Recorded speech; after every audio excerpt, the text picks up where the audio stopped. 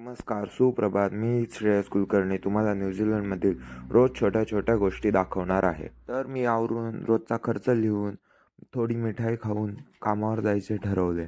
आज नुकताच पाऊस पडला होता व कुत्र्याला हाय हॅलो बोलून मी कामावर निघालो. रस्त्याचे काम चालू असल्याने गाड्यांची रांग लागलेली होती.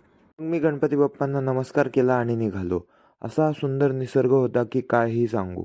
हा कार पार्किंगचा एरिया होता आणि कार पार्किंगला इथे गैरसोय नसती हे दाखवण्याचं माझं तात्पर्य होतं. तसंच इथे रोज चिमण्या देखील दिसतात व मी एका दुकानात गेलो. तिथे मला काहीतरी काम होते.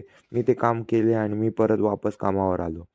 एक एक करून माझी कामे चालली होती तोपर्यंत माझा एक मित्र आला. त्याला हाय हॅलो केले आणि मग त्यानंतर मी थोडा पास्ता खाल्ला.